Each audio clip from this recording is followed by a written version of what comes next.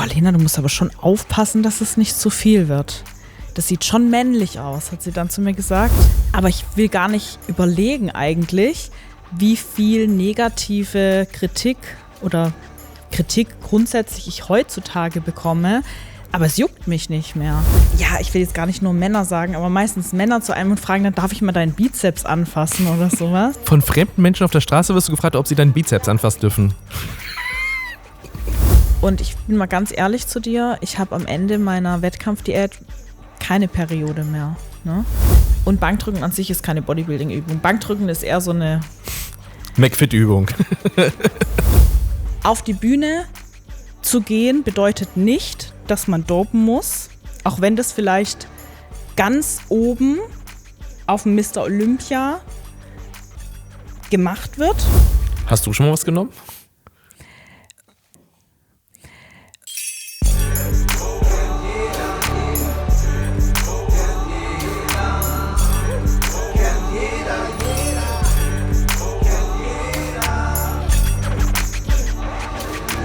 Ja, herzlich willkommen zu einer neuen Ausgabe von Kennt Jeder. Und jeder von uns war bestimmt schon mal in einem Fitnessstudio und die meisten machen es so wie ich, anmelden und dann nie wieder hingehen. Und mein heutiger Gast hat es besser gemacht, hat es durchgezogen und hat sich jetzt zum 5. Mal für Mr. Olympia qualifiziert. Herzlich willkommen, Lena Rammsteiner. Vielen Dank für die Einladung.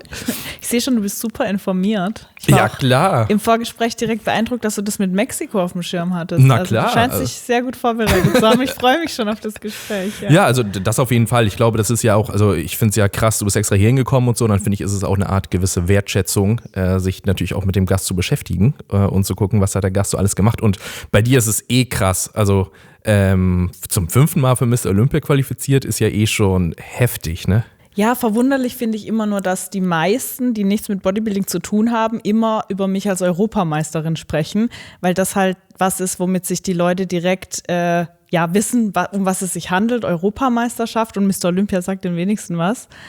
Und da muss ich schon sagen, dass ich sehr beeindruckt bin und es cool finde, dass du das als einer meiner größten Erfolge rausstellst, weil es für mich auch einer der größten Erfolge ist, auf dem Mr. Olympia zu stehen. Eine Europameisterschaft ist auch cool, aber ich sag mal so, da war ich Amateurin und ist einfacher zu erreichen als eine Teilnahme beim Mr. Olympia, beim wichtigsten Wettkampf im Bodybuilding. Deswegen finde ich sehr cool. Ja, das ist ja tatsächlich so. Ich glaube auch, wenn ich jetzt zum Beispiel bei irgendeiner anderen Sportart gucken würde, dann ist es dieses klassische, der ist mal Deutscher Meister geworden, mal Europameister. Genau. Okay, das schreibe ich auf. Und wenn da etwas Spezielles ist, was so sehr spezifisch ist für den Sport, denkt man sich so, okay, keine Ahnung, wie wertend das ist oder wie hoch das ist, deswegen nimmt man es meistens raus. Aber genau, wie du schon gesagt hast, Mr. Olympia ist ja die höchste Auszeichnung, wenn man dabei ist und das gewinnt, die man überhaupt im Fitness- oder Bodybuilding-Sport erreichen kann, ne? Ja, und das heißt ja auch Mr. Olympia, weil es die Frauenklassen, glaube ich, noch gar nicht so lange gibt. Es gibt also unterschiedliche Olympiatitel. Es gibt unterschiedliche Klassen und streng genommen ist meine Teilnahme eine Miss-Olympia-Wahl oder eine Miss-Olympia-Teilnahme in der Figurklasse. Es gibt dann noch die klassische Miss-Olympia, die ist aber dann im Bodybuilding. Und da gibt es einfach auch inzwischen ganz, ganz viele unterschiedliche Klassen. Ich glaube, so ganz früher, typische Arnold Schwarzenegger-Zeiten, war halt Mr. Olympia, der Mr. Olympia. Und dann gab es eine Männerklasse, wo alle Männer gestartet sind. Und dann gab es auch nur einen Mr. Olympia. Aber trotzdem ist Miss Olympia in einer bestimmten Klasse zu werden, der größte Erfolg, den man erreichen kann. Und ich wurde jetzt dieses Jahr 7. Platzierte. Das bedeutet in meiner Klasse sozusagen die 7. Beste der Welt, was mich unglaublich stolz macht. Ja. Wir wollen aber einmal vorne anfangen, um so ein bisschen chronologisch durch dein Leben durchzugehen. Du hast mit Bodybuilding oder mit Kraftsport, Fitness angefangen, weil du erstmal sehr dünn warst und Gewicht zulegen wolltest, ne? Oder kurviger werden wolltest, hast du das, glaube ich, mal genannt. Ja, ne? Richtig. Also genau dieses typische, es war auch tatsächlich mal in gewisser Weise ein Trend eine Zeit lang, from skinny to strong. Als die Zeit, in der man als Frau so die Modelfigur haben wollte, sage ich mal, vorbei war und es dann eher Trend wurde, auch etwas kurviger zu sein. Bei mir kam das gar nicht mal nur durch diesen Trend, sondern ich habe schon in der Pubertät bemerkt, dass ich irgendwie anders bin als meine Freundinnen, einfach weil ich etwas zurück war in der Entwicklung in der Pubertät. Das heißt, während andere schon weibliche Kurven bekommen haben, bin ich halt eher das Kind geblieben. Und ich war dann mit 14, 15 einfach noch sehr kindlich, hatte keine weiblichen Kurven und das hat mich angefangen zu stören, weil ich mich auch als Frau definiere und man natürlich irgendwo auch das haben möchte. Man möchte auch irgendwie erwachsen werden und ich habe dann immer versucht, über mehr Essen zuzunehmen.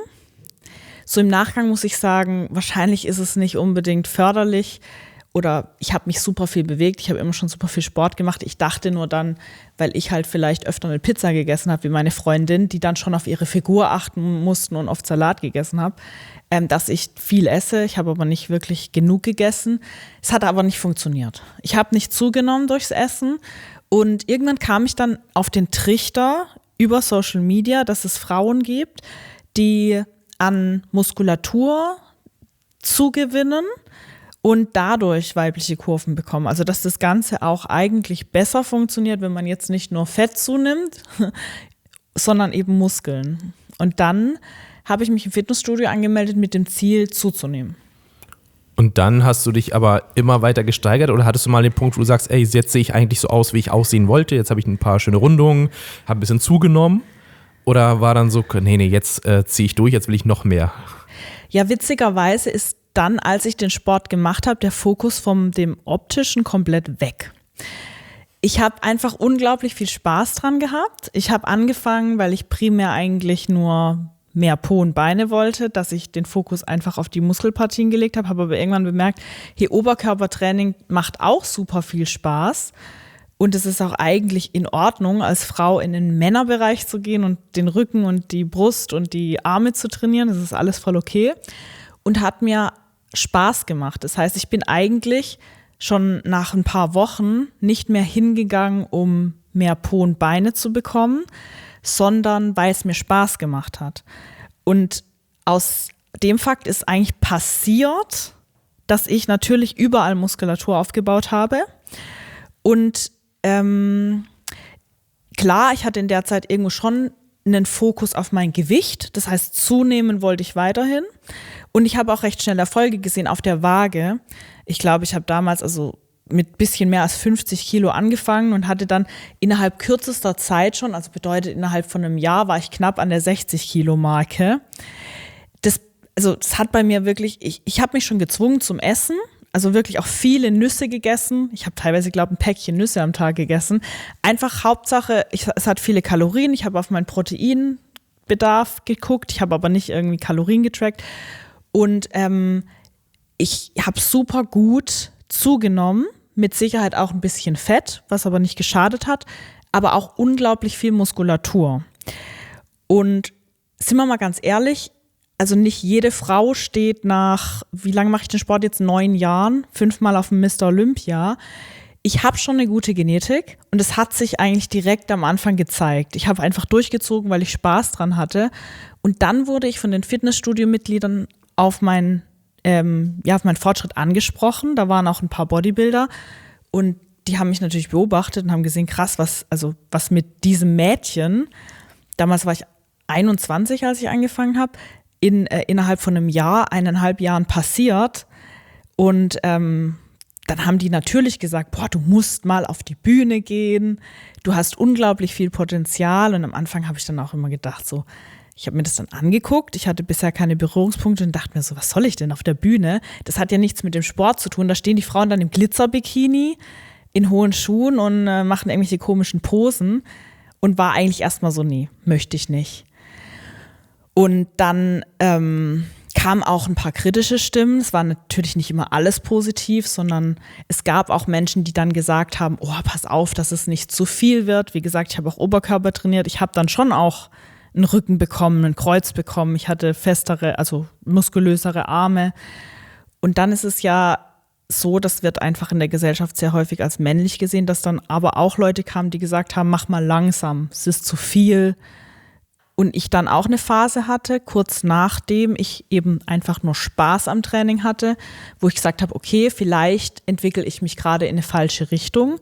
Vielleicht muss ich wirklich aufpassen und habe dann wieder angefangen, mein Oberkörpertraining zu reduzieren und mehr Beine zu trainieren, weil ich mich praktisch wieder daran erinnert habe, was ist dieses gesellschaftliche Ideal einer Frau, wie sollte ich eigentlich aussehen? Und habe dann mein Training wieder komplett umgestellt, weg von dem, was mir eigentlich Spaß gemacht hat. Kam das auch so vom persönlichen Umfeld oder waren das, also jetzt wirklich aus dem persönlichen Umfeld gesagt haben, ey, jetzt sogar übertreib's doch bitte nicht? Also ich hatte dann ziemlich am Anfang, um mich zu motivieren, auch zum Essen und so weiter, hatte ich einen Social-Media-Account aufgemacht, separat zu meinem privaten. Das ist der, den es aktuell noch gibt. Deshalb hat er auch so einen komischen Namen. Mein Instagram-Account, genau. Weil das der Name ist, den ich am Anfang mit 21 mir als allererstes eingefallen ist. Und da gab es wirklich, also da gab es viele Leute, die haben mich supportet. Die fanden das cool und ich habe auch bemerkt, hey, es gibt viele Frauen, die genau das gleiche Problem haben wie ich. Es gibt total viele Frauen, die nicht nur dünn sein wollen und abnehmen möchten. Nee, es gibt genauso viele Frauen, die Probleme damit haben, zuzunehmen. Vor allem auch, es gibt viele Männer, die mich als Motivation sehen. Weil gerade viele Männer, glaube ich, auch in der Pubertät, die nicht zunehmen, die sehr dünn sind, damit Probleme haben und gerne Muskeln aufbauen würden oder gerne auch vielleicht ein bisschen schwerer werden würden. Und aus dem Umfeld waren es eher die kritischen Stimmen. Also aus dem Umfeld bedeutet dann, ich weiß noch, dieser Moment eines Sommers, als ich mir Bikinis bei H&M bestellt hatte und dann voller Stolz meiner Mama die Bikinis präsentiert habe. Und man sieht sich mal kurz irgendwie im Bad, als ich noch bei meinen Eltern gewohnt habe, ne? Aber so mein Körper hat jetzt ja meine Mama nicht regelmäßig angeschaut, vor allem im Winter, wenn man also weite Sachen anhat. Und dann hat sie mich ganz erschrocken angeguckt und hat dann zu mir gesagt, oh Lena, du musst aber schon aufpassen, dass es nicht zu viel wird. Das sieht schon männlich aus, hat sie dann zu mir gesagt, als sie mich im Bikini gesehen hat. Und ich habe mich ja jeden Tag gesehen, das hat mich schon auch verletzt, muss ich sagen. Aber hat mich dann eben auch zum Nachdenken gebracht und dazu gebracht, dass ich angefangen habe, wieder weniger den Oberkörper zu trainieren, weil eben aus dem Umfeld genau diese Sprüche kamen. Ich glaube nicht, dass es böse gemeint ist in dem Moment. Nur wenn man halt eine Person wie mich, die immer sehr, sehr schlank war, einfach dann nach einer Zeit lang wieder sieht oder die verändert sich sehr stark. Ich glaube, viele machen sich gar keine Gedanken, was auch diese Kommentare in einem auslösen, genauso wenig wie jemand, der vielleicht zu mir gesagt hat, oh, du bist ja so dünn, iss mal lieber einen Döner, wenn ich was Gesundes gegessen habe. Aber das hat mich schon sehr getroffen damals, ja. Ja, vor allem mit 21 bist du ja wahrscheinlich auch charakterlich noch nicht so gefestigt, dass du sagen kannst, ey, ist doch mein Problem, sondern dann nimmt man sich ja wahrscheinlich viel zu hetzen und gerade wenn es dann von der Mutter kommt, ne? Ich war es vor allem nicht. Also ich war mit 21 noch nicht so gefestigt. Wenn ich jetzt beispielsweise mit Frauen Kontakt habe, die den Sport schon länger machen, ich merke, dass der Sport dich auch selbstbewusst macht und dich stärkt. Aber ich war mit 21 eine total unsichere, schüchterne Person. Also in gewissen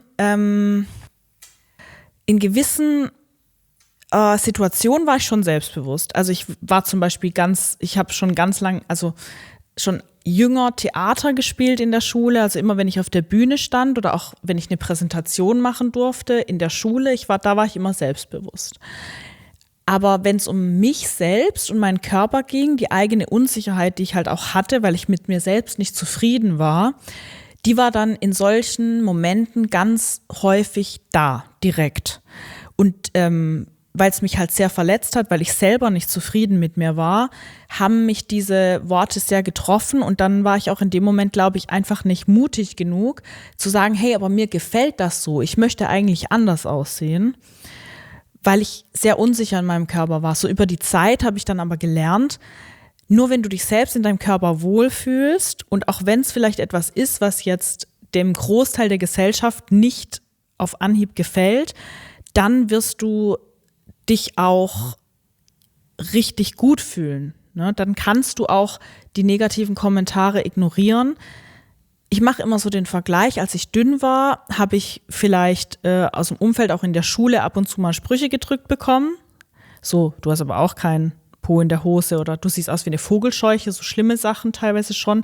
Die haben mich übel getroffen, aber ich will gar nicht überlegen eigentlich, wie viel negative Kritik oder Kritik grundsätzlich ich heutzutage bekomme, aber es juckt mich nicht mehr, weil ich mich ja selbst dazu entschieden habe, so auszusehen und ja, es kommt am Ende nur darauf an, wie du dich in deinem Körper fühlst. Wie ist das jetzt geworden mit der Mutter? Ist das heute anders und sie akzeptiert das und sagt, ist sogar, ist doch schön, mach weiter so? Oder ist immer noch so ein bisschen, Also das habe ich jetzt schon länger nicht mehr gehört, weil natürlich wohne ich jetzt auch schon eine Weile nicht mehr zu Hause. Aber es ist tatsächlich immer noch so, dass wenn ich ihr Klamotten abgebe, was jetzt auch schon länger nicht mehr vorkam, weil inzwischen bin ich da schon lange rausgewachsen, dass sie dann immer zu mir sagt, ja, Berlina, vielleicht passt du da irgendwann mal wieder rein. Dann sage ich zu ihr, aber Mama, ich will da nie mehr reinpassen in diese Klamotten. Die sind mir zu klein geworden und die sollen mir auch zu klein bleiben. Dass immer für sie so dieser Gedanke, glaube ich, da war, vielleicht ist es ja nur eine Phase. Und ich verstehe auch, dass sie natürlich sich gewünscht hätte, glaube ich, für mich, dass ich mich so akzeptiert hätte, wie ich geboren bin. Weil es ist ja jetzt schon so, dass ich sehr viel dafür tun muss, dass ich so aussehe, wie ich aussehe. Und meine Natur oder mein natürliches Aussehen halt eher dieses schlanke Mädchen ist. Und es ist ja auch voll in Ordnung. Ich habe auch, und das will ich hier auch nochmal sagen, wenn jemand schlank ist, ich finde das total schön. Nur habe ich mich selbst damit nicht wohlgefühlt. Und auch meine Mutter ist super schlank und ich finde sie schön, wie sie ist. Und ich glaube, sie hätte sich für mich einfach gewünscht, dass ich mich so akzeptieren kann, wie ich bin und dass ich mit meinem Körper, wie er ist, auf seine natürliche Art einfach ein Selbstbewusstsein entwickelt hätte. Und das wäre mit Sicherheit auch ein Weg gewesen. Und ich glaube, nur deshalb sagt sie das. Nicht, weil sie das schlimm findet, wie ich aussehe, sondern weil ihr das, glaube ich, auch wehtut, dass ich so gelitten habe darunter, wie ich aussehe. Und dass ich jetzt im Endeffekt so viel dafür tun muss, anders auszusehen, um mich gut zu fühlen. Und sie mir einfach immer noch wieder zeigen will, du bist schön, so wie du bist. Ne? Bevor wir gleich wieder zur Karriere kommen, weil du jetzt gerade auch über Vorurteile gesprochen hast, wie war das denn so aus dem Bereich Dating und so? Ich meine, mit 21 ist ja auch immer so die Phase, wo man sich vielleicht datet, die man kennenlernt und so. Hattest du da auch das Gefühl, dass es schwieriger vielleicht war, weil die Männer dann geguckt haben, so, oh ja. Nee, also das ist mir nicht weiblich genug? Ich bin tatsächlich ein krasser Beziehungsmensch und ich hatte mit 19 einen Partner, mit dem ich dann bis zum Ende 6 Jahre zusammen war, also bis ich 25 war. Und jetzt kannst du dir schon zusammenreimen, als ich mit dem zusammengekommen bin, hatte ich noch überhaupt keine Berührungspunkte zum Kraftsport, zum Bodybuilding. Er im Übrigen auch nicht. Und während ich mich dann aber in Richtung Bodybuilderin entwickelt habe, ist er halt unsportlich geblieben, will ich jetzt einfach mal sagen. So dieses typische, ich rauche eine Zigarette mit einem Red Bull, also rauche eine Zigarette zum Frühstück mit Red Bull. Und weil ich sehr viel zu tun habe, also von der Arbeit her hat er dann manchmal den ganzen Tag vergessen zu essen und abends einfach nur eine Pizza gegessen. So. Ich habe auch eine Weile lang einfach so gelebt, also ich habe einfach de facto viel zu wenig gegessen und dachte eigentlich nur, weil ich jeden Tag Pizza esse, ich esse ja so viel, aber ich nehme trotzdem nicht zu. Und ich habe mich einfach in eine ganz andere Richtung entwickelt. Und das ist auch tatsächlich noch weitere 4 Jahre gut gegangen. Und ich habe dann 2019 mit 24 meinen ersten Bodybuilding-Wettkampf auch gemacht. Und dann hat es aber irgendwann nicht mehr funktioniert, weil wir uns auseinandergelebt haben. Das waren einfach 2 unterschiedliche Welten, die da aufeinander geprallt sind. Er war nicht bereit, und das muss ja auch keiner, sich in diese Richtung mitzuentwickeln. Und ich war irgendwann nicht mehr bereit, diese großen Kompromisse einzugehen, die entstanden sind dadurch, dass wir so weit auseinander, also unterschiedliche Lebenswelten hatten. Und dann ist es auseinandergebrochen. So Thema Dating war dann witzigerweise zu dem Zeitpunkt auch nicht so ein großes Thema, weil da war die große Pandemie, ne? Also Dating war dann schwierig, als ich mich getrennt habe von ihm. Und ich kenne meinen jetzigen Verlobten schon seit 2012. Und der Kontakt kam dann zustande, weil ich ihm geschrieben habe während der Pandemie, was machst du eigentlich, wenn du nicht jeden Tag ins Fitnessstudio kannst? Weil der halt auch so ein Verrückter war. Und er meinte dann, er geht wandern. Und dann haben wir uns zum Wandern verabredet und da kann ich dir also gar nicht so viel berichten über Dating als Bodybuilderin, weil ich nicht weiß, wie es ist, wenn man Single ist und so viele Muskeln hat. Weil ich einen Partner jetzt habe, der schon wieder 5 Jahre mit mir aushält, aber halt den Sport auch selber macht. Könntest du denn in der Theorie dir vorstellen, mit jemandem zusammen zu sein, der nicht so extrem, also ich glaube, der Kontrast zu dem ersten Freund, der ist ja extrem, ne? Ja. Weil der, wie du erzählst, wenn er irgendwie raucht und Red Bull irgendwie am Frühstückstisch ist, ist natürlich sehr konträr zu dir. Ja. Aber wenn es dann, keine Ahnung, jemand ist, der, ich sag mal, normal sportlich ist, könntest du dir das auch vorstellen oder bräuchtest du auch, wahrscheinlich trainierst du auch mit deinem Verlobten dann zusammen oder so? Nein. Ne? Nee? Okay. Nein. Und ich glaube, dass es manchmal sogar einfacher wäre, wenn der Partner zwar diesen Sport machen würde und verstehen würde, aber selber keine Wettkämpfe. Weil er ist schon sehr auch extrem und also er macht selbst auch Wettkämpfe, wenn er jetzt auch kein Profi ist, aber gerade in den Phasen, in denen er dann auch in Vorbereitung ist, es ist schon, jeder ist sehr auf sich fokussiert, sage ich mal.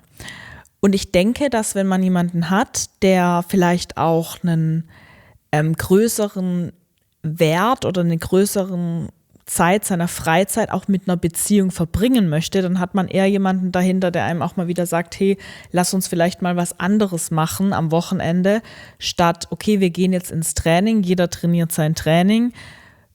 Inzwischen ist es bei uns sogar so, dass ich lieber früher ins Training gehe, er erstmal seine Mahlzeit verdauen muss. Das bedeutet, wir stehen gemeinsam auf, wir frühstücken, ich gehe ins Training. Wenn ich nach Hause komme, geht er ins Training. Und bis er dann nach Hause kommt und wir beide mal unsere Ruhe haben, ist eigentlich schon fast wieder der halbe Tag vorbei. Und ich glaube, es wäre schon einfacher, wenn man einen Kompromiss eingehen müsste, wie ich früher. Also ich bin dann am Wochenende immer sehr früh ins Training gegangen, um dann am Tag Zeit mit meinem Partner zu verbringen. Aber das ist immer was, es muss von beiden Seiten dann ein Kompromiss eingegangen werden, den wir jetzt natürlich nicht eingehen müssen, weil jeder den anderen versteht. Aber die Beziehung leidet da trotzdem manchmal drunter, auch wenn jeder das Gleiche macht. Eine Frage habe ich noch zum Thema Vorurteil. Hast du manchmal auch das Gefühl, dass du draußen, wenn du unterwegs bist, irgendwo, dass du irgendwie komische Blicke erntest? Oder fällt das da gar nicht so auf, weil, wie du schon sagst, wenn im Winter irgendwie Klamotten sind, dann merkt man es so gar nicht? Also ich laufe tatsächlich im Sommer auch gerne sehr verdeckt rum, aus dem Grund. Nicht, weil ich mich dafür schäme oder so, aber weil es nervt. Krass, wirklich? Ja. Also deswegen versuchst du dich so, ich sag mal, anzuziehen, dass es nicht sofort auffällt, dass du so viele Muskeln hast? Weil es echt nervt. Also ich kann mir manchmal nicht vorstellen, was für dumme Fragen man gestellt bekommt. Also da kommen dann wirklich, ja, ich will jetzt gar nicht nur Männer sagen, aber meistens Männer zu einem und fragen, dann darf ich mal deinen Bizeps anfassen oder sowas? Nein, wirklich. Oder spannst du mal bitte deinen Bizeps an oder boah, krass, machst du Sport und so? Von fremden Menschen auf der Straße wirst du gefragt, ob sie deinen Bizeps anfassen dürfen. Richtig. Im Fitnessstudio teilweise auch. Was? Da laufe ich dann schon auch mal ein bisschen freizügiger rum. Es motiviert ja auch, die eigene Muskulatur zu sehen. Aber auf der Straße meistens verdeckt. Und mir fällt es einfach direkt auf, wenn ich es nicht mache, dass dann so komische Sprüche kommen. Es ist aber, okay, es ist einfach vielleicht auch faszinierend. Es ist ja auch irgendwo ein Kompliment, wenn man jetzt nicht normal aussieht, weil das mache ich ja, wie gesagt, bewusst. Aber ich glaube deshalb zum Glück weniger. Also Vorurteile deshalb auf der Straße zum Glück weniger, weil ich inzwischen weiß, wie ich es verstecken kann. Wobei ich mir manchmal denke, ich verstecke es und dann kommen doch irgendwie im Supermarkt Sprüche von wegen krasse Unterarme und ich denke so, oh, was soll ich denn tun? Ich muss mich wahrscheinlich komplett vermummen, dass niemand irgendwas sagt, weil ich mich selber auch gar nicht so krass wahrnehme. Aber das ist dann schon okay, das geht dann schon. Das sind meistens auch keine negativen Kommentare. Ne? Ich wollte sagen, eigentlich ist es ja total positiv, weil es ist ja, also wenn man mal überlegt, da steckt ja krass viel Disziplin, Arbeit dahinter. Das ist ja nicht, dass man sagt, boah, die lässt sich so gehen und bekommt irgendwie Sprüche, sondern das ist ja so krasse Arbeit. Ich habe es am Anfang gesagt, also es gibt so viele Menschen, die sich in so einem Fitnessstudio anmelden, dann nie wieder hingehen und jeder weiß, glaube ich, wie krass schwierig das ist, das über einen längeren Zeitraum durchzuziehen. Ganz zu schweigen von dem, wie du das machst, aber das ist ja krass. Das ist ja wirklich heftig. Also. Ich sage auch immer, wenn Leute zu mir sagen, ich hätte nur gerne 1% deiner Motivation, dann sage ich, das geht nur, wenn du diese Motivation, wenn das von innen herauskommt. Also wenn du, wie ich am Anfang gesagt habe, du musst so viel Spaß an dem Tun haben, dass du gar nicht mehr drüber nachdenkst, warum mache ich das? Also alleine dieses Ziel, ich will so und so aussehen, das reicht manchmal nicht. Hattest du mal eine Phase, wo du lange nicht gegangen bist? Also hattest du mal diese Phase mit, ich habe jetzt keinen Bock? Nee, tatsächlich nicht. Es gibt schon Tage, an denen ich weniger motiviert bin, aus irgendeinem Grund. Vielleicht ist es ein super stressiger Tag. Aber das sind dann so kurze Phasen, genau wie beim Zähneputzen. In den meisten Fällen putzt man sich halt doch die Zähne, bevor man ins Bett geht, wenn man sonst am nächsten Tag denkt, das war jetzt irgendwie nicht so geil. Deswegen, selbst wenn es diese Tage gibt, zu 99% gehe ich dann trotzdem. Was war denn so die längste Phase, wo du nicht zum Training gegangen bist, seitdem du angefangen hast? 2 Wochen, da war ich richtig krank. Da hatte ich eine Grippe, da lag ich richtig krank im Bett. Respekt, krass. Ja, das war wirklich die längste Phase. Und toi, toi, toi, gerade wenn man eine Verletzung hat und länger ausfällt, dann, also das kann ja dann schon mal viel länger sein, die hatte ich zum Glück jetzt noch nicht. Ne? Wie oft trainierst du dann in der Woche? 5-mal pro Woche. Krass. Aktuell jetzt bin ich auch in der Phase direkt nach den Wettkämpfen. Kann es auch mal sein, dass ich nur 4-mal pro Woche trainiere. Man fängt jetzt ja wieder an, ein bisschen intensiver zu trainieren. Man denkt auch, wow, jetzt esse ich wieder mehr, jetzt kann ich viel mehr Gewicht bewegen. Aber so schnell kommt die Kraft halt doch nicht zurück. Dann habe ich extrem Muskelkater. Und dann brauche ich schon mal auch einen Tag länger und dann gebe ich mir den Tag auch. Dann springen wir noch einmal zurück zu der Phase, wo du dann überlegt hast, gar nicht mehr so viel zu machen, weil du dann diese ganzen Sachen gehört hast, über die wir gerade gesprochen haben. Wie kam dann die Motivation mit, ich ziehe das jetzt doch durch? Ich habe bemerkt, dass es mich nicht glücklich macht. Also ich habe es dann ein paar Wochen, wenn überhaupt. Damals war so der Gedanke, ja, ich mache jetzt einfach mehr Wiederholungen, dann definiere ich, was ja Quatsch ist, trainingstheorietechnisch, dass ich im Oberkörper einfach mit weniger Gewicht und mehr Wiederholung trainiert habe, was mir überhaupt keinen Spaß gebracht hat und weniger Oberkörper trainiert habe. Ich habe es total vermisst. Und irgendwann dachte ich dann, nee, einfach, ich möchte doch Spaß bei der Sache haben und ich habe auch bemerkt oder ich habe mich dann einfach hinterfragt, was hat mir denn davor auch so viel Spaß gemacht, weil ich habe mich am Spiegel angeguckt und ich habe mich auf einmal gut gefunden. Und dieses dafür zu trainieren, einfach nur so auszusehen, wie es die Gesellschaft vielleicht gut findet, nämlich als Frau, okay, du darfst ins Fitnessstudio, aber du sollst bitte nur Bauch, Beine, Po trainieren, das hat mich überhaupt nicht glücklich gemacht und das Ergebnis hat mich auch nicht glücklich gemacht. Und dann war ich so mutig genug und vielleicht auch durch den Support, den ich doch auch hatte auf Social Media, weil es gab ja auch Menschen, die es gut fanden, was ich gemacht habe, habe ich dann den Weg gewagt und habe eine Zeit lang diese negativen Kommentare ausgehalten. So gut es ging, es hat mich schon immer auch wieder verletzt und es war auch kein einfacher Weg und jedes Mal, wenn wieder aus dem persönlichen Umfeld was kam, hat es mich schon auch getroffen. Aber je länger ich das gemacht habe, desto weniger wurde dieser Gegenwind auch. Und ich hatte dann irgendwie auch mal einen Spruch gelesen und der hieß da, ja, Flugzeuge starten auch mit Gegenwind. Und irgendwann wurde es sogar diese negative Kritik zur Motivation für mich. Dass ich einfach gesagt habe, hey, also wenn ihr jetzt sagt, ich soll aufpassen, dass nicht zu viele, dann mache ich es jetzt richtig.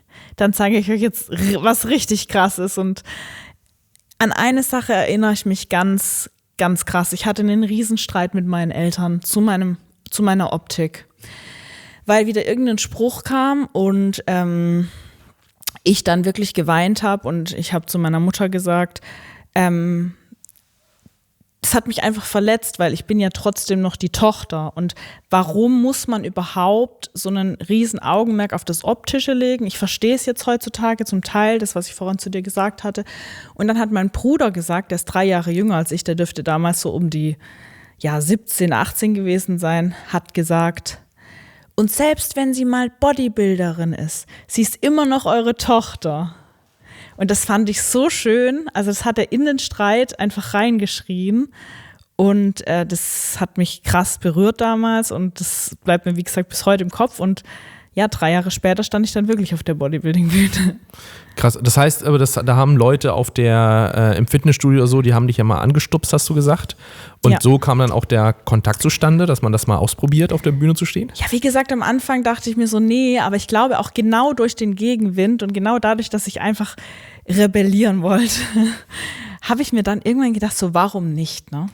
Ich scheine ja irgendwo nicht ganz schlecht zu sein darin und dadurch, dass ich Social Media gemacht habe, hatte ich meinen ersten Kooperationspartner und der Social Media Manager dieser Firma, der war der Ex-Freund meiner jetzigen Trainerin.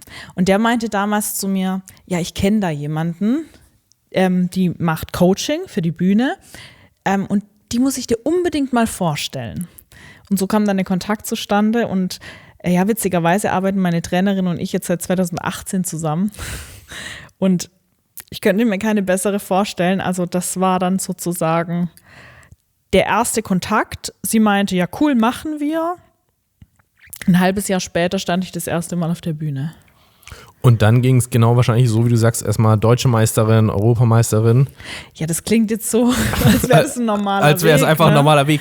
Ja. Weil das Highlight war ja dann wahrscheinlich 2022 dann die erste Teilnahme bei Mr. Olympia. Ja, ne? Also definitiv. Dieser Weg dahin, das sind ja wahrscheinlich super, super viele, die Bodybuilding machen und mal träumen, da auch nur ansatzweise in der Nähe zu sein. Also meine erste Saison, als ich Deutsche Meisterin wurde, das war schon was echt Krasses, in der ersten Saison Deutsche Meisterin zu werden.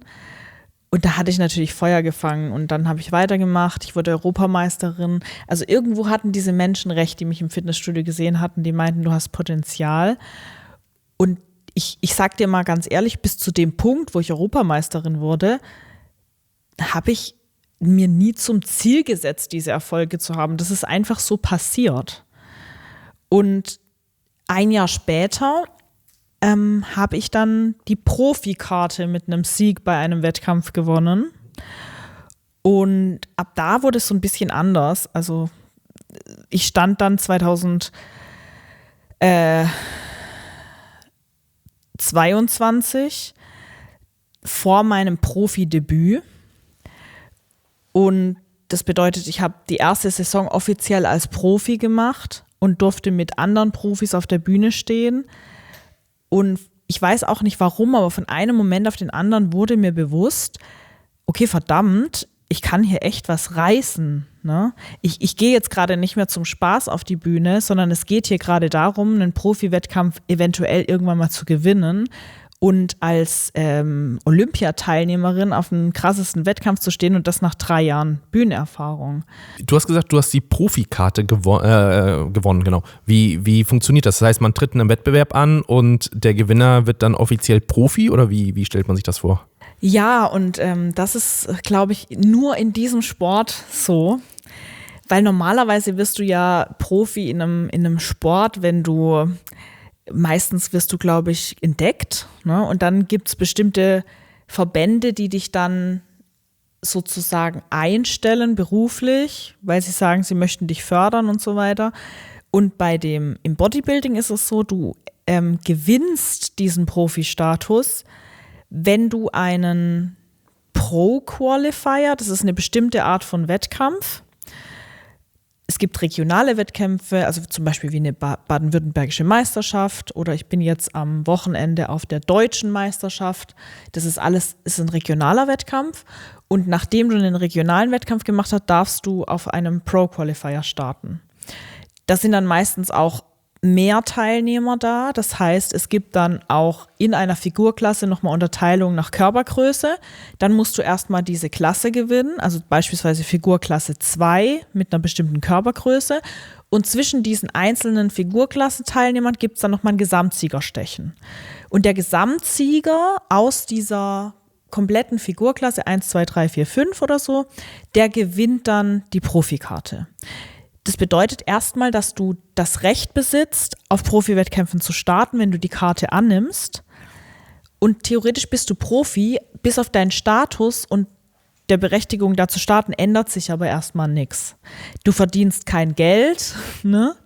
Du musst zwar weniger Startergebühren bezahlen, um bei einem Wettkampf zu starten, hast theoretisch auch die Möglichkeit, Preisgeld zu gewinnen bei Profi-Wettkämpfen, aber ansonsten ändert sich nichts. Du bist jetzt nicht auf einmal irgendwie ein ganz wichtiger Spieler beim FC Bayern oder irgendwas, sondern du bist halt weiterhin einfach die Sportlerin, die in ihr normales Fitnessstudio geht, die selber sich um ihren Trainer kümmern muss, die den bezahlen muss, die eigentlich läuft alles genau gleich weiter.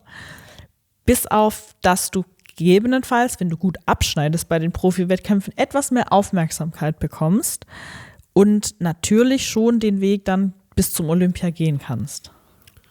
Das heißt, aber es gibt keinen finanziellen, ey, du bist jetzt Profi, Nein. hier ist dein großes Sponsorenpaket hier.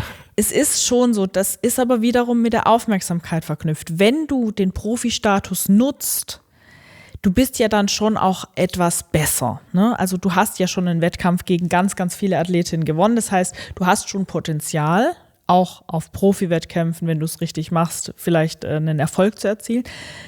Aber was du daraus machst, aus diesem Status und auf diese Aufmerksamkeit, das liegt an dir.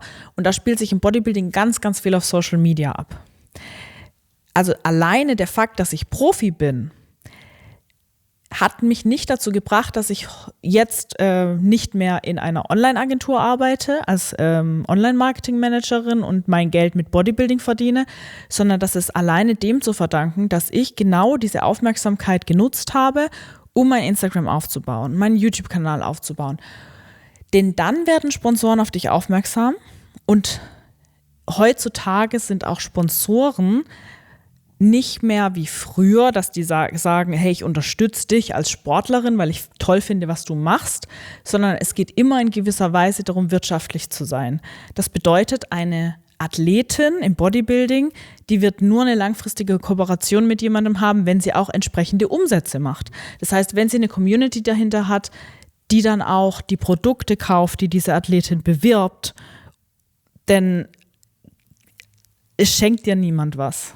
Also das ist de facto so. Und es schenkt dir niemand was. Und du musst kein Profi im Bodybuilding sein. Und da gibt es zahlreiche Beispiele für. Du kannst auch einfach den Sport für dich machen. Du musst nicht mal auf die Bühne gehen. Dann kannst du vielleicht genau so gut davon leben oder sogar noch besser davon leben, wie ich das tue. Weil ich bin ganz ehrlich, es ist schon eine unglaubliche Hausnummer, den Sport auf dem Niveau zu machen und gleichzeitig Social Media. Und ich mache Social Media auch, also wie gesagt, ich habe das studiert, ich habe in einer Online-Marketing-Agentur gearbeitet. Ich weiß, ich könnte es deutlich besser machen, wenn ich die zeitliche Kapazität dazu hätte.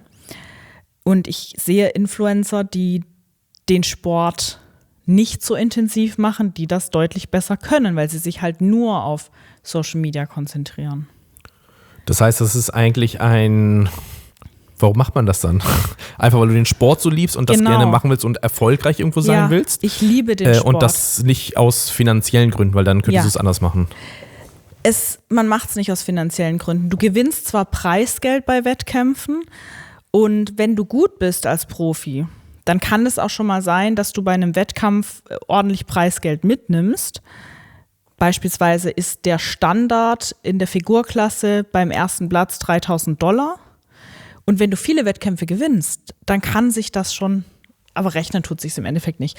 Aber du fliegst nach Amerika dafür und dann bist du im Endeffekt, kannst du Reisen machen, kannst du die Wettkämpfe machen, ohne dass du drauflegst.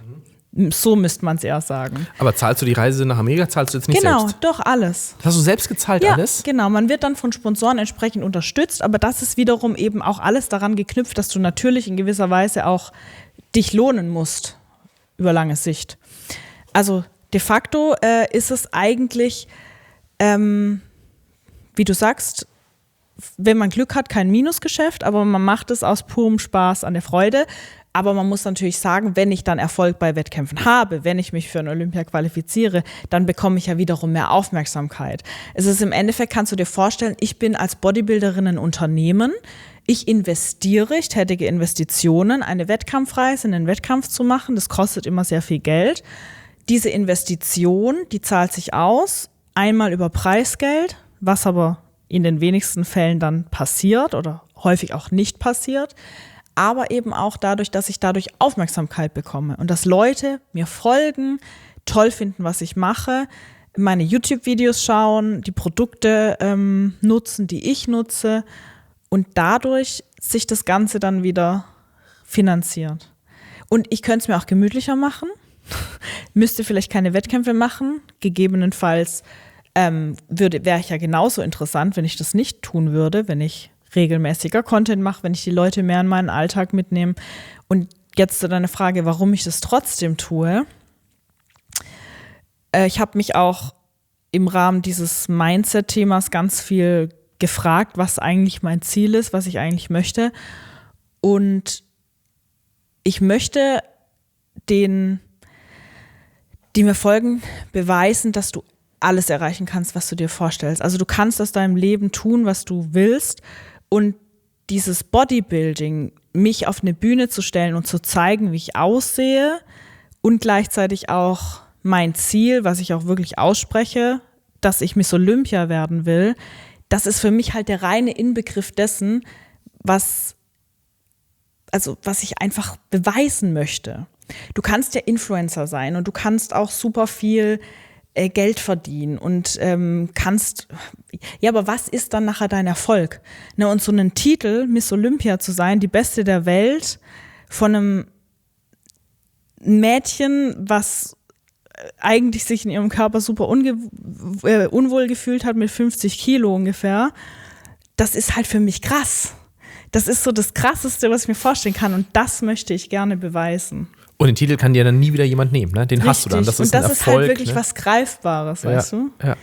Was würde man denn zum Beispiel als Miss Olympia bekommen? Gibt es da ein Preisgeld? Ja, wahrscheinlich. Ja, 50.000. Aber auch überschaubar, wenn man überlegt. Also 50.000 ist natürlich nicht wenig Geld. Also aber wenn du das vergleichst mit den Open Bodybuildern, ich will jetzt da nichts Falsches sagen, das Preisgeld wurde jetzt, meine ich, erhöht auf knapp 500.000. Krass, ja. Ne? Also da ist noch eine große Range, ne? Ja, ich meine, klar, man muss auch sagen, die Männer riskieren natürlich dann auch ein Stück weit viel von ihrer Gesundheit dafür dazustehen. Das ist, glaube ich, nicht vergleichbar mit dem, weil ich würde jetzt behaupten, dass ich sogar gesünder lebe als die meisten Frauen auf der Welt. Aber, warum riskieren Männer mehr ihre Gesundheit als Frauen? Weil im Bodybuilding dann auch häufig illegale Substanzen eine Rolle spielen. Also, sind wir mal ganz ehrlich, diese Masse dieser Menschen, also ein Open Bodybuilder, der wiegt auf der Bühne mal gut 120 Kilo. Wer glaubt, dass da Doping keine Rolle spielt, der ist, glaube ich, ziemlich naiv. Ne? Es ist ja auch ein ungetesteter Sport. Und es ist schon ein krasses Extrem. Das heißt, bei Mr. Olympia wird nicht getestet, ob jemand verbotene Substanzen hat. Nein. Das ist aber eigentlich krass, ne? Weil es steckt ja, es ist ja schon ein fettes Ding, jeder kennt das, es ist groß, es ist so der größte Wettbewerb, der müsste ja eigentlich sauber sein, damit der auch eine Relevanz irgendwie hat. Das Problem ist nur, wie gesagt, es gibt ja auch getestete Verbände, aber da sind Open Bodybuilder nicht so extrem, da wiegen die keine 120 Kilo trocken auf der Bühne. Es ist einerseits, Bodybuilding ist ein Extremsport und die Menschen, die möchten auch diese Extreme sehen und die möchten immer extremere Extreme sehen. Wenn man sich jetzt mal einen Arnold Schwarzenegger angeschaut, im Vergleich zum jetzig amtierenden Mr. Olympia, es wird immer extremer. Das ist nicht mehr vergleichbar mit dem, was der Arni damals auf die Bühne gestellt hat, was jetzt heutzutage da ganz auf einer Bühne steht. Jetzt gibt es ja inzwischen eine Klasse, die sozusagen diese Ära von Arnold Schwarzenegger widerspiegeln soll. Das ist Classic Physik.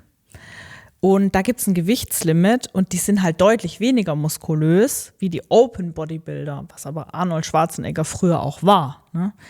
Also der Unterschied zwischen einem Open Bodybuilder und einem Classic Physik-Athlet in der Masse ist nochmal deutlich, deutlich höher. Und ja, das ist, glaube ich, auch die Schuld derer, die Bodybuilding einfach auch sehen möchten, dass es immer extremer wird und damit natürlich auch jetzt nicht nur wegen gegebenenfalls Substanzen, die genutzt werden, sondern auch alleine wegen der Masse, die diese Menschen mit sich bringen, ein Risiko.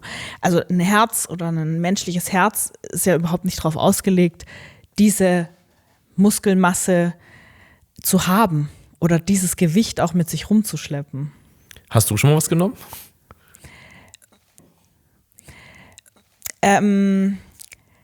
Ich sag mal so, es ist ja illegal, ne? Und egal, ob es getestet wird oder nicht, du machst dich damit strafbar.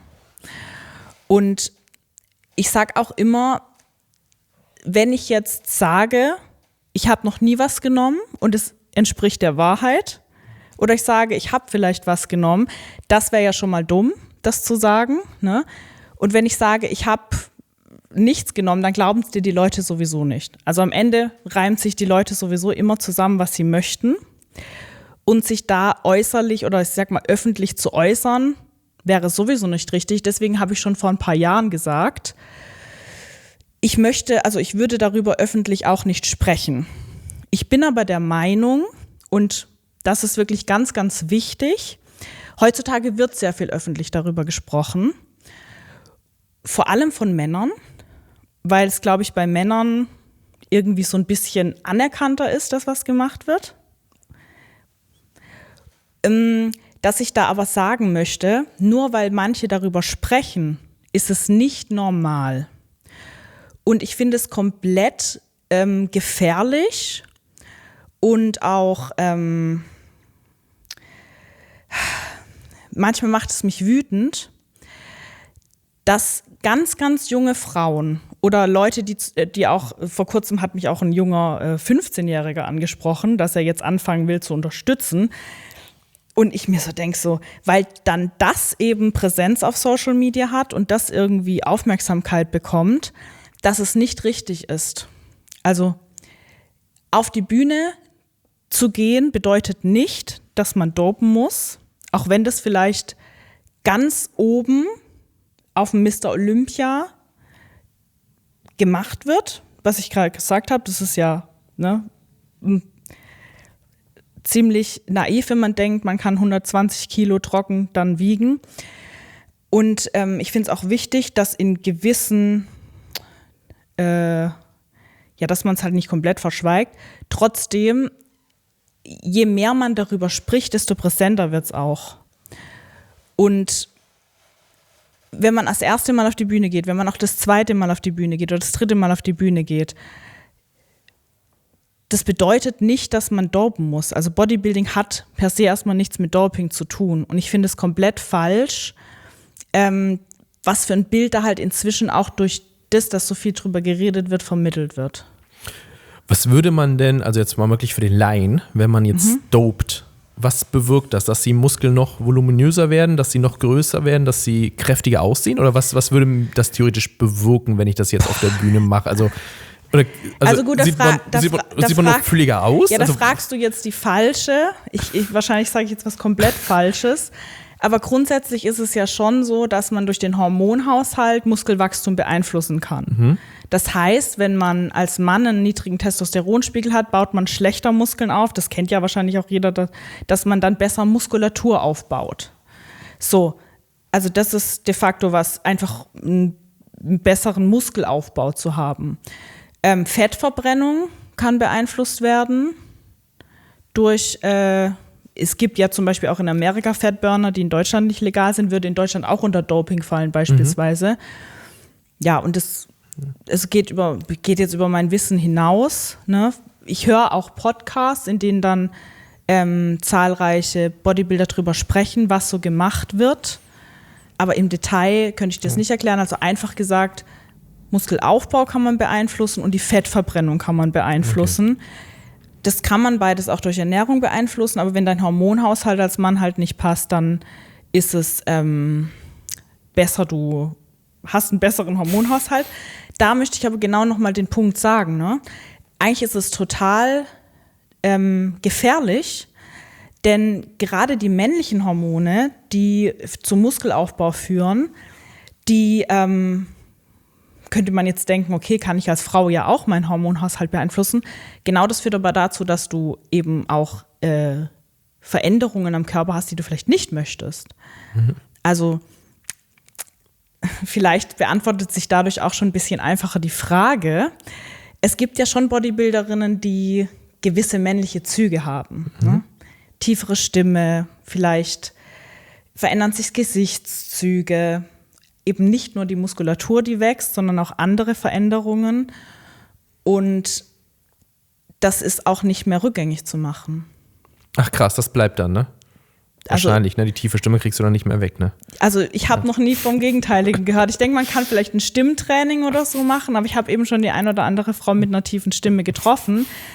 Und da kann man sich dann schon mal zusammenreimen, dass vielleicht das nicht einfach so passiert, weil man trainiert, sondern vielleicht aus anderen Gründen. Und alleine aus dem Grund wäre es mir halt dann, würde ich es mir 10-mal überlegen, ob ich sowas machen möchte. Ne? Ich finde halt krass, weil du hast natürlich völlig berechtigt, den großen Traum mal Miss Olympia zu werden. Wenn du jetzt rein hypothetisch, wenn da jetzt andere sind, die das machen, die sich dopen, dann hättest du doch wahrscheinlich in der Regel gar keine Möglichkeit zu gewinnen, weil die natürlich dir einfach dadurch voraus sind, weil sie das machen, wenn du es jetzt nicht machen würdest. Das heißt, Du müsstest das ja eigentlich machen, also deine Gesundheit gefährden, um dir diesen Traum eigentlich zu erfüllen, oder? Also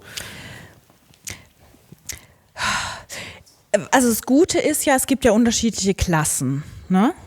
Also ich bin ja nicht in der muskulösesten Klasse.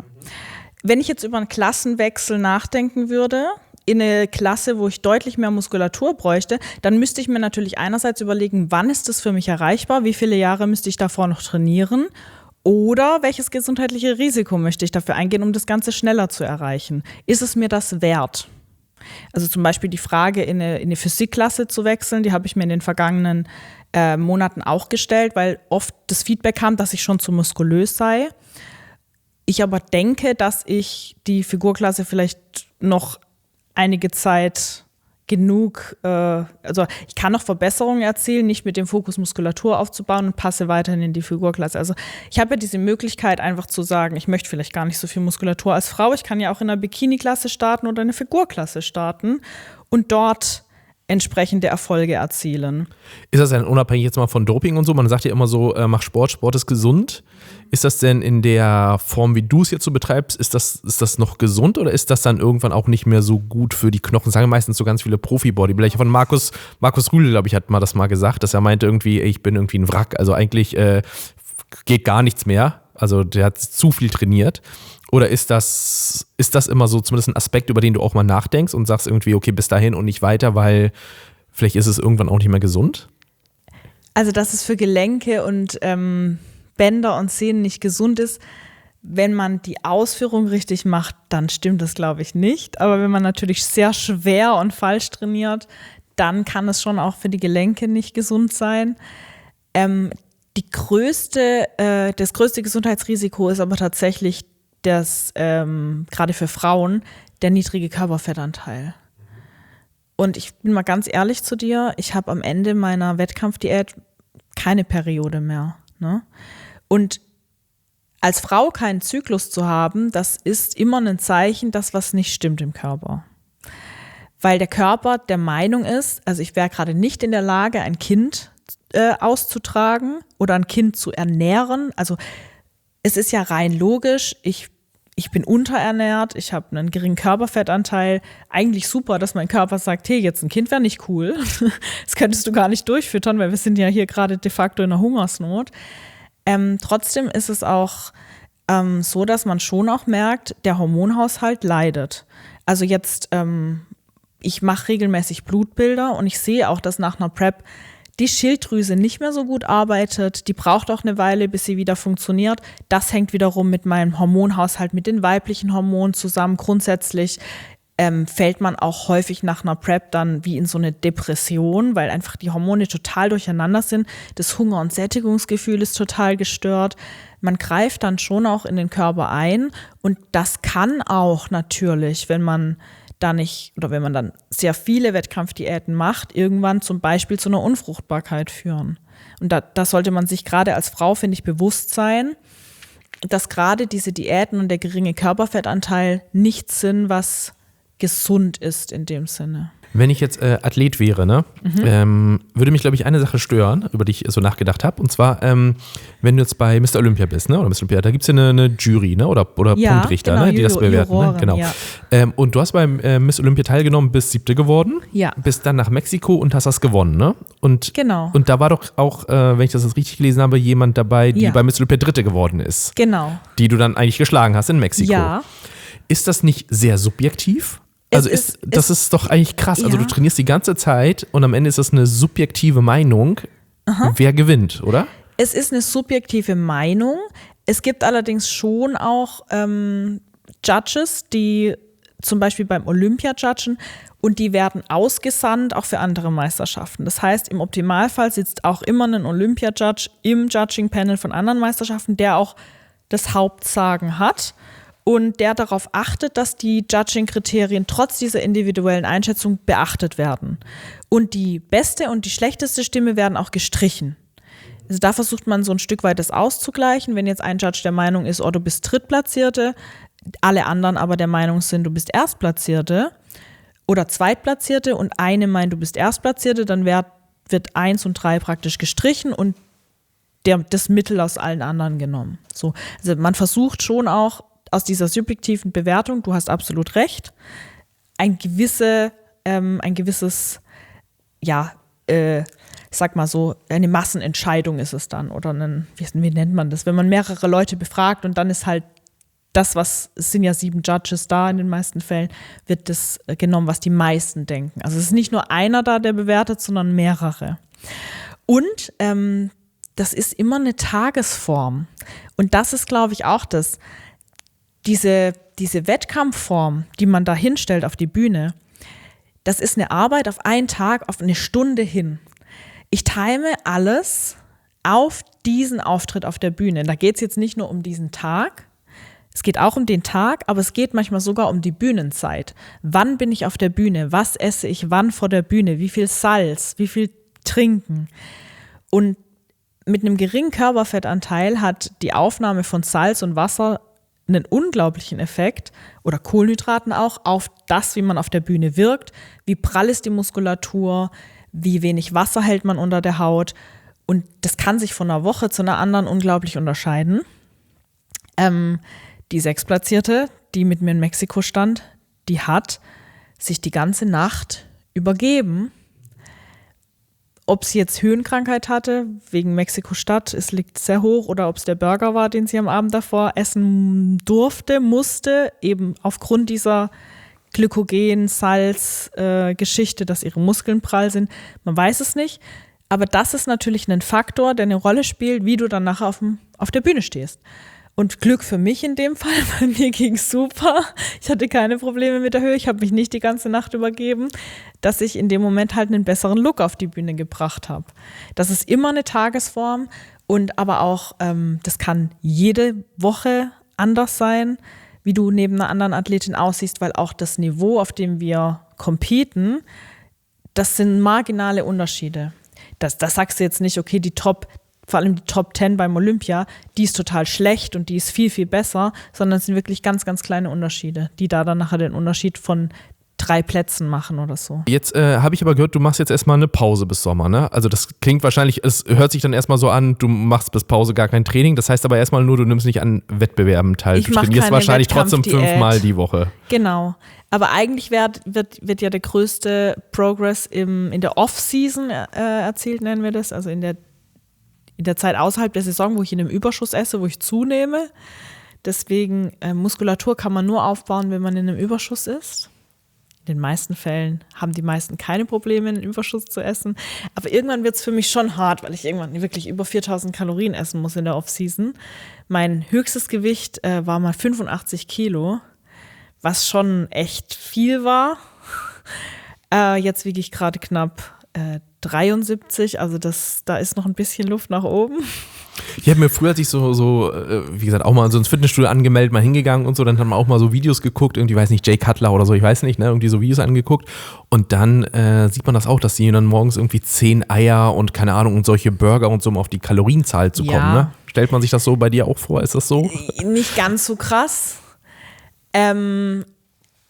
Aber wenn ich jetzt mich selbst vielleicht als 120-Kilo-Athlet sehen würde, dann könnte man vielleicht sich ungefähr so vorstellen. Bei mir ist es dann natürlich kleinere Mengen, aber es ist dann schon sehr viel Reis vor allem. Also die Proteinmenge, die hält sich auch in Grenzen. Man sagt ja so roundabout 2 Gramm pro Kilogramm Körpergewicht. Wenn man viel Muskulatur hat wie ich, ist es vielleicht dann auch mal 2,5 Gramm pro Kilogramm Körpergewicht. Aber ich esse jetzt nicht mehr als 300 Gramm Fleisch am Tag. Das hält sich echt im Rahmen. Natürlich esse ich auch Eier, aber keine 10 Stück. Hauptsächlich sind es halt große Mengen an Reis, die ich esse. Oder Reiswaffeln oder auch mal Kartoffeln oder sowas. Wobei Kartoffeln irgendwann so viel werden, dass man dann lieber auf Reis zurückgreift. Also eher die Carbs sind dann das, was dann vielleicht den Leuten sehr viel vorkommt. Wenn man so einen Berg Reis hat, ein normales Stückchen Hühnchen und ein bisschen Gemüse dazu. Dann, ja. Und eine Frage, die ich auch nochmal stellen muss, das war so eine klassische Frage, immer jeder, der ins Fitnessstudio gegangen ist, was drückst du auf der Bank? Ach Bankdrücken. Gott. Genau, das ist eine Frage, die mir dann jemand stellt. Ja, ne? Das ist so die klassische. Wo man sich so denkt, ich mache gar kein Bankdrücken. Ich weiß es nicht. Machst du gar nicht? Achso, weil du gesagt hast, gar keine Brust trainierst eigentlich, ne? Oder wenig. Ich verrate dir mal was. Bankdrücken ist eigentlich, was den Muskelaufbau angeht, also einmal muss ich nicht so viel Brust trainieren, ist gar nicht so eine kluge Übung.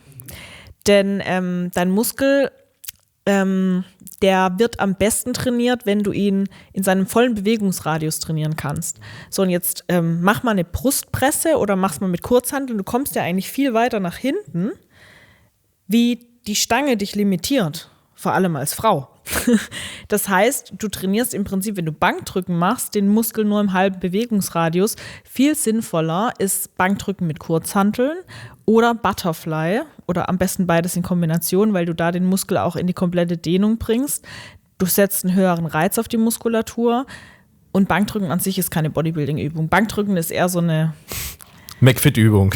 Genau, so eine Ego-Lifter-Übung oder vielleicht macht es auch Sinn, wenn man jetzt Wettbewerbe macht, in denen es darum geht, möglichst viel dann Gewicht zu bewegen.